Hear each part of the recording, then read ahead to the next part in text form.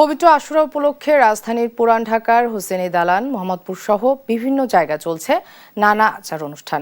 এ নিয়ে জানাতে যুক্ত হচ্ছেন আমাদের সহকর্মী নিয়াজ মোর্শেদ আর AH হিমেল। শুরুতেই চলে যাচ্ছি নিয়াজের কাছে।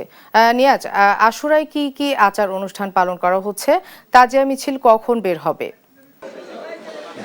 যদি বলি যে এই কিছুক্ষণ আগে ঠিক আপনার 10:10 দিকে কিন্তু আপনার আপনার চকবাজার যে আপনার হোসনি দালান যে ইমামবাড়া সেখান থেকে কিন্তু আপনার এই যে তাজিয়া মিছিলটি সেটি কিন্তু আসলে বের হয়েছে এবং এটি আপনার বকশীবাজার হয়ে আপনার আজিমপুর হয়ে নিউ মার্কেট হয়ে এটি কিন্তু আপনার ধানমন্ডির দিকে যাওয়ার কথা রয়েছে। এবং আপনি দেখতে পাচ্ছেন যে এই মুহূর্তে কিন্তু আসলে সবাই হাই হোসেন যে মাতম আছে সে মাতম করে তারা কিন্তু আসলে এগিয়ে যাচ্ছেন আপনার খালি পায়ে। এবং এখানে কিন্তু আপনার যারা আপনার আমরা যদি একটু কথা বলি যে আজকের দিনের মহত্বটা যদি একটু বলেন, মহত্বটা যদি একটু বলেন।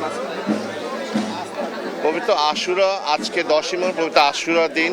এই দিনে ইমাম হুসাইন ইসলাম তার সফর সঙ্গীদের নিয়ে কারবালার ময়দানে অন্যায় অবিচার জুলুমের বিরুদ্ধে নিজের জীবন বিসর্জন করে গেছেন।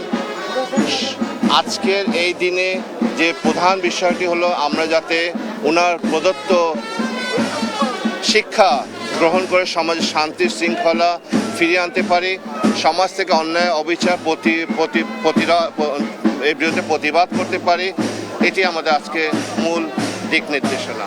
যেমনটি শুনছিলেন আসলে এখানকার যিনি আপনার রয়েছেন, যিনি যার নেতৃত্বে আসলে এই তাজিয়া মিছিল এগিয়ে যাচ্ছে, তিনি কিন্তু আপনার বলছেন যে এখানে আপনার যে কিছু শোকের যে আপনার হযরত হুসাইন রাদিয়াল্লাহু তাআলা আরও মহানবী সাল্লাল্লাহু আলাইহি ওয়াসাল্লামের যে দৌহিত্র তিনি আপনার কারবালার প্রান্তে যে শহীদ হয়েছিলেন এজিদের হাতে, এবং সেটিকে আসলে আপনার সেই দিনটিকে স্মরণ করে রাখতে এবং এই দিনটি থেকে শিক্ষা নেওয়ার জন্যই আজকের এই তাজিয়া মিছিল তারা আসলে আপনার বের করেছেন এবং প্রতি বছরই তারা বের করেন।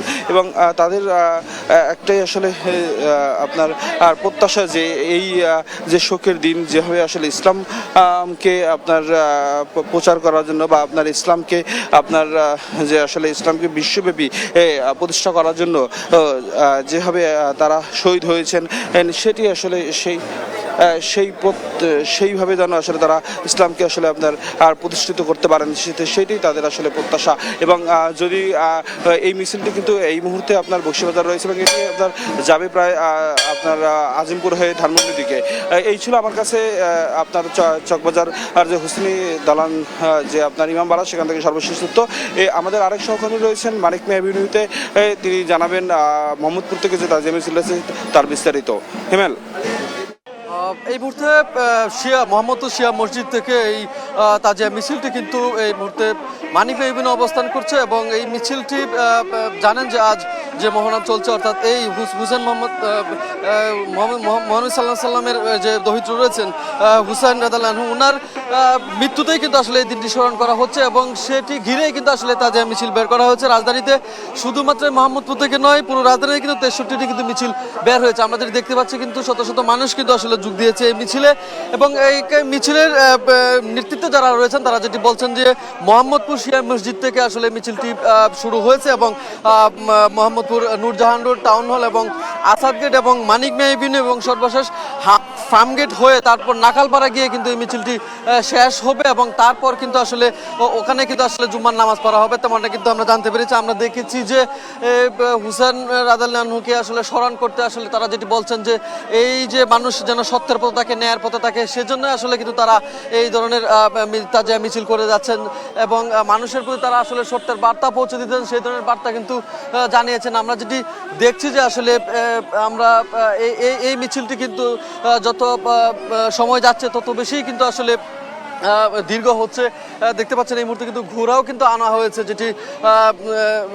যেটি ইতিহাসে যেটি আসলে বলা হয়েছে যে হুসেন রাদিয়াল্লাহু আনহু আসলে যখন আসলে ইয়াজের বিরুদ্ধে আসলে যুদ্ধ ঘোষণা করে ওনার সাথে আসলে যখন যুদ্ধে লিপ্ত হয় তখন কিন্তু আসলে উনি এবং ওনার সপরিবার সবাইকে কিন্তু হত্যা করা হয় এবং সেটি ঘিরেই কিন্তু আসলে এই তাজিয়া মিছিল করা হয় যেন ওনাকে যুগের পর যুগ আসলে মানুষ স্মরণ করে রাখে এবং মানুষ যেন সত্য এবং ন্যায়ের পথে অবিচল থাকে।